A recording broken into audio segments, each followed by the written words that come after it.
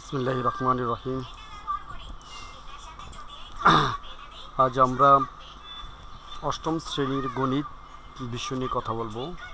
2024 সালে বার্ষিক পরীক্ষা মূল্যায়ন বিষয়ভিত্তিক যে নির্দেশনা রয়েছে তার উপরে বেসমেন্ট করে আমাদের কীভাবে পরীক্ষাগুলো হবে তা নিয়ে আমরা আজকে ডিসকাস করব। আমাদের যে একটা মাধ্যমিক শিক্ষা অধিদপ্তর থেকে একটা যে নির্দিষ্ট সিলেবাস দেওয়া হয়েছে সেই সিলেবাসের আলোকে আমরা আজ কাজগুলো করব।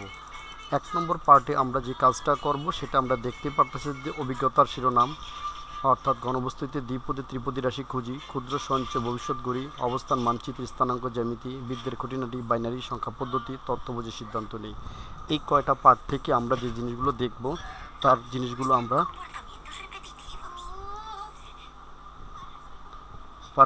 যে জিনিসগুলো দেখব সেই জিনিসগুলো হলো 1 নম্বর ক্ষুদ্র সঞ্চয়, অর্থাৎ ঘনবস্তুতে এখানে এটি হচ্ছে আমাদের পুরো সিলেবাসটা, টোটাল আমাদের যে সিলেবাসটা এখানে আমরা দিয়ে দিলে এখন এই সিলেবাসের আলোকে আমাদের যে পরীক্ষাগুলো নেবে, পরীক্ষার মধ্যে শিক্ষণকালীন মূল্যায়নে থাকবে 30% এবং সামষ্টিক মূল্যায়নের 70%, অর্থাৎ 100%, 100-র মধ্যে 70% সামষ্টিক মূল্যায়ন থেকে বা শিক্ষণকালীনে যে আছে 30% নিয়ে টোটাল মূল্যায়ন কাঠামোটা তৈরি হবে।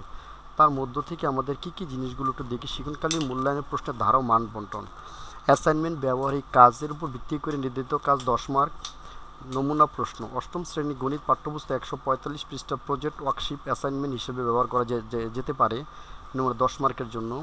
অনুসন্ধানমূলক কাজ, ইনভেন্টরি ওয়ার্ক, যে কোনো ব্যাসার্ধ বৃত্ত আঁকো, বৃত্তের উপর যে কোনো একটি ব্যাস এবি আঁকো, পরিধির উপর যে কোনো বিন্দু পি নিয়ে এপিডি কোণ পরিমাপ করবে। এভাবে ভিন্ন ভিন্ন মাপের ব্যাসার্ধ নিয়ে 7টি বৃত্ত আঁকবে এবং এপিবি এর মান হিসাব করবে। প্রাপ্ত ফলাফলের ভিত্তিতে একটি সিদ্ধান্ত লিখবে।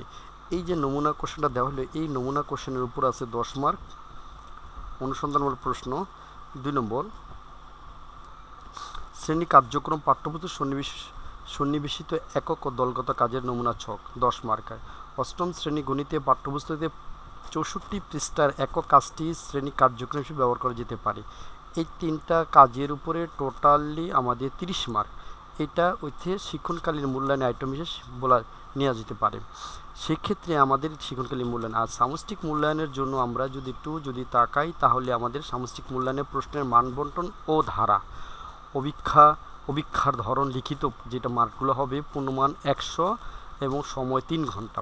আচ্ছা, নৈবিত্তিক প্রশ্ন, বহু নির্বাচনী প্রশ্ন, প্রশ্নপত্রের মোট নৈবিত্তিক প্রশ্নের মধ্যে 15টা থাকবে নৈবিত্তিক প্রশ্ন এবং 15তে 15 মার্ক, আর এক কথায় উত্তর থাকবে 10টা, সেখানে হচ্ছে 10 মার্ক। তাহলে আর সংক্ষিপ্ত প্রশ্ন থাকবে 13টায় 26 মার্ক, আর রচনামূলক প্রশ্ন থাকবে 10টা, 7টা দিতে হবে, 7-7 49 মার্ক, সময় 3 ঘন্টা। এই টোটাল 100 মার্কের প্রশ্নের কাঠামো নিয়ে আমাদের ডিসকাস বা আলোচনা। প্রিয় শিক্ষার্থী বন্ধুরা, আমরা এখন প্রশ্ন কাঠামো নমুনার একটি বার্ষিক সামষ্টিক মূল্যায়নের একটা নমুনা কীভাবে প্রশ্ন তৈরি করবে তার আলোকে একটি দেখি। পূর্ণমান 100, সেটার উপর ডিসকাস করে আমরা একটি নমুনা প্রশ্নপত্র দেখতেছি। সেখানে ভিতরে সময় 3 ঘন্টা, টোটাল 25 মার্কের MCQ, অর্থাৎ সঠিক উত্তরটি খাতায় লেখো। অর্থাৎ 15টা আছে,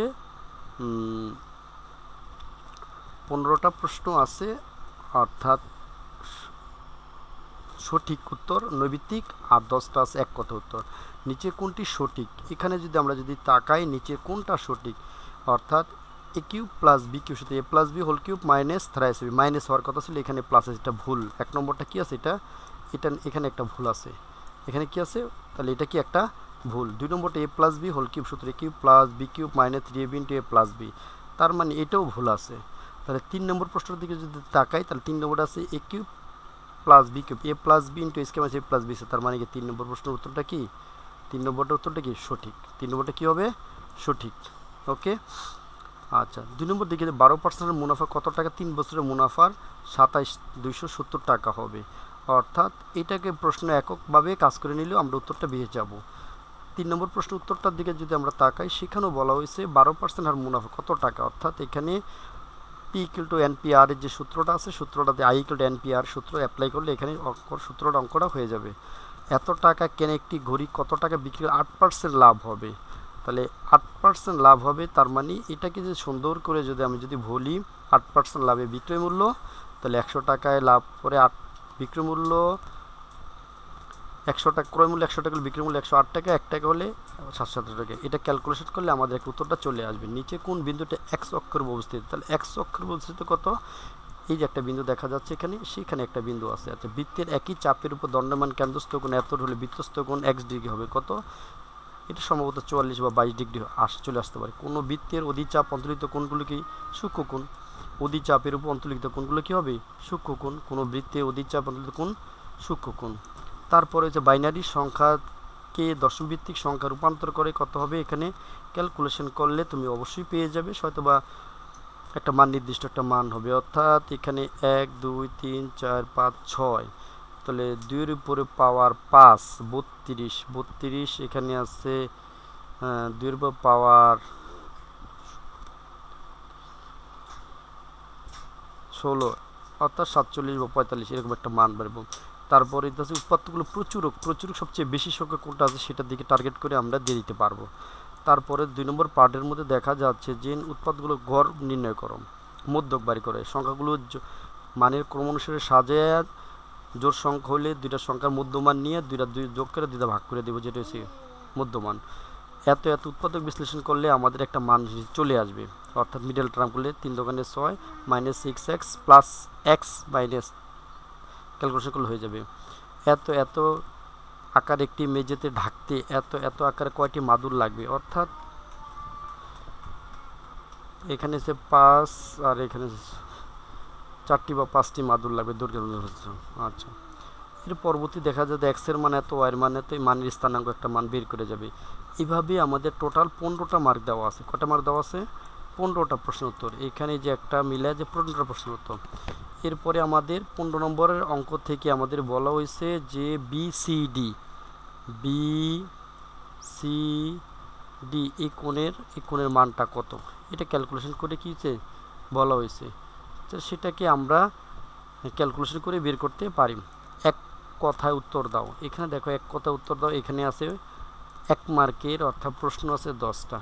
এভাবে ধাপে ধাপে গিয়ে এখানে 10টা প্রশ্ন এক কথা উত্তর আছে। এই 10টা প্রশ্নের অ্যান্সার করতে হবে। খ বিভাগ থেকে আমাদের দেওয়া হয়েছে 13টা প্রশ্ন, যেটা 26 মার্ক। খুব ইজি, নিচের প্রশ্নগুলো উত্তর দাও। এখানে প্রশ্নগুলো দেওয়া আছে, এই ধাপে কিছু প্রশ্ন দেওয়া আছে। দেখো ক নম্বর প্রশ্নটা 3x² + 2 এর ঘন নির্ণয় করো। তার মানে a প্লাস 3x² + 2 ব্র্যাকেট দিয়া হোল কিউব দিয়া সূত্র ফেলাইলে ঘন চলে আসবে।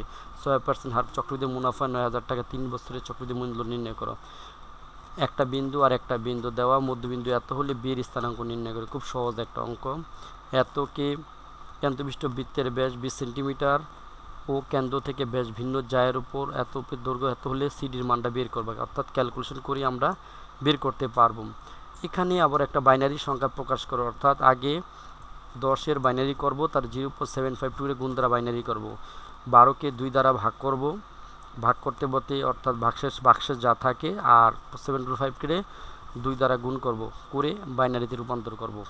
x + y = 7a, xy = 2 a³ + b³ সূত্র, তো a³ + b a + b whole cube - 370 + b সূত্র হলেই হয়ে যাবে। মিলে এত % টাকা 8% হারে 1 শিলে এত % টাকা 1% ব্যাংকে জমা 5 বছর কে কত লাভবান হবে? খুব ইজি একটা প্রশ্ন। পরবর্তী দেখা যাবে যে এত এত এত বিন্দু 3টি সমরেখ কিনা যাচাই করে। সমরেখ হইলে মানে 3টি সরল রেখা তিনটি বিন্দু একই সরল রেখা অবস্থান করলে সমরেখ হবে, অথবা 3টি বিন্দু দ্বারা ত্রিভুজের ক্ষেত্রফল 0 হলে রেখা 3টি সমরেখ হবে। সরলরেখা সমীকরণ নির্ণয়, ঢাল আর বিন্দু দেওয়া আছে, তার ঢাল আর বিন্দু দিয়ে সমীকরণ নির্ণয় করা অনেক সহজ একটা জিনিস। y - y1 m × x - x1। 5 centimetre ব্যাসার্ধ বৃত্তের একটি বৃত্তচাপ কেন্দ্রে 60 ডিগ্রি উৎপন্ন চাপটি সৃষ্ট বৃত্তকলার ক্ষেত্রফল নির্ণয় করা। 6 সেন্টিমিটার 7 সেন্টিমিটার 8 সেন্টিমিটার ব্যাসার্ধ 3টি বৃত্ত স্পর্শ করছে, স্পর্শবিন্দু কেন্দ্র দ্বারা ত্রিভুজ উৎপন্ন করে তার পরিসীমা নির্ণয় করা। খুব সহজ একটা পার্ট। আচ্ছা, পরবর্তী আমরা যদি দেখতে চাচ্ছি এতকে এত দ্বারা গুণ করো, অর্থাৎ গুণ চিহ্ন, অর্থাৎ বাইনারি সংখ্যার গুণ। নিচে একটা পরিসংখ্যানে নিচে সারণী থেকে প্রচুরক বের করো, অর্থাৎ ক্যালকুলেশন করে প্রচুরক বের করতে হবে। প্রচুরকের সূত্র ছিল মনে আছে না আমাদের? L + F1 / F1 + F2 × H। এরপরে দৃশ্যপট নির্ভর প্রশ্ন 10টি থেকে 60টি প্রশ্ন নমুনা সূত্র দিতে হবে। দৃশ্যপট 10টা থেকে 60টা উত্তর দিতে হবে। সেখানে দেখা যায় এখানে আমাদের 2 নম্বর প্রশ্ন আছে 3টা।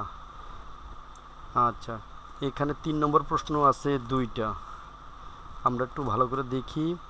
তারপর কোনো সমতলে 3টি বিন্দু, এখানে 3টা বিন্দু, 3টা বিন্দু স্থানাঙ্ক দিয়ে আছে 3টা। 5 নম্বর প্রশ্নে দেওয়া আছে 3টা, 5 নম্বর প্রশ্নে দেওয়া আছে কয়টা? 3টা। 6 নম্বর প্রশ্নের ভিতরে দেওয়া আছে 3টা, 6 নম্বর প্রশ্নে দেওয়া আছে 3টা। আচ্ছা, 7 নম্বর প্রশ্ন বলছে রবিন 1 মাসে তার ব্যবসায় মোট টাকা বিনিয়োগ করে, সেখানে দিয়েছে 3টা, অর্থাৎ 3টা মার্ক হয়েছে কি 1 3 3, অর্থাৎ নিজে যে কোনোভাবেই হোক না কেন তাকে মার্ক ডিস্ট্রিবিউশনটা অবশ্যই 7 থাকতে হবে। 8 নম্বর প্রশ্ন দিছে গড় নির্ণয় করার জন্য দিছে, সেখানে 8 নম্বর প্রশ্ন গড় নির্ণয় করে সেখানে দিছে 2টা, এই 2টা। তাহলে এখানে আমাদের এই যে হলো প্রশ্নগুলো, অর্থাৎ এই হইল টোটালি আমাদের কি নমুনা কোশ্চেন। এখন খ বিভাগের যে প্রশ্নগুলো আছে প্রশ্নগুলোর আলোকে আমরা টোটাল কিছু পার্ট, কিছু বিষয়বস্তু দেখতে পারতেছি। 3 নম্বর পাওয়ার সঠিক উত্তর কিভাবে হয়? যদি সঠিক ক্রয় মূল্য নির্ণয় করতে পারে তাহলে 3 নম্বর পাবে, যদি ঐকিক নিয়ম চাহিদার মতো সাজিয়ে লিখতে পারে তাহলে 2 নম্বর পাবে, যদি সে লাভের হারের উপর ভিত্তি করে বিক্রি বিক্রেতারা তাতে 1 নম্বর পাবে। অর্থাৎ একটা বাচ্চা 3 নম্বর, 2 নম্বর, 1 নম্বর পাইতে নগদ প্রদান নির্দেশনা, নম্বর প্রদান নির্দেশনা সঠিক উত্তর পারলে। পরবর্তী চক্রবৃদ্ধি মুনাফা নির্ণয় করতে পারলে সে পাবে 3 নম্বর, যদি চক্রবৃদ্ধি মূলধন নির্ণয় করতে তাহলে 2 নম্বর, 1 নম্বর, প্রতীকগুলো মান সূত্রটি লিখতে পারলে 1 নম্বর পাবে। তাহলে এই হইল কি টোটালি আমাদের গণিতের একটা চমৎকার মান ডিস্ট্রিবিউশন সহকারে প্রশ্নের নমুনাপত্র। এই নমুনাপত্রের আলোকে আমাদের 8ম শ্রেণীতে সকল ধরনের প্রশ্নগুলো, গণিতের সকল ধরনের প্রশ্নগুলো সম্পাদিত হবে। তার মধ্য থেকে আমাদের নির্দিষ্ট কিছু কাজ তারা দিয়ে দিয়েছে, সেই কাজগুলো যদি আমরা তাকাই তাহলে আমরা একটু দেখতে পাবো। চলো বন্ধুরা আমরা একটু দেখি যে এই নমুনাপত্রের মানকালে যে কাজগুলো দিয়েছে তা কিভাবে সম্পাদন করা হয়। ওকে, ধন্যবাদ সবাইকে।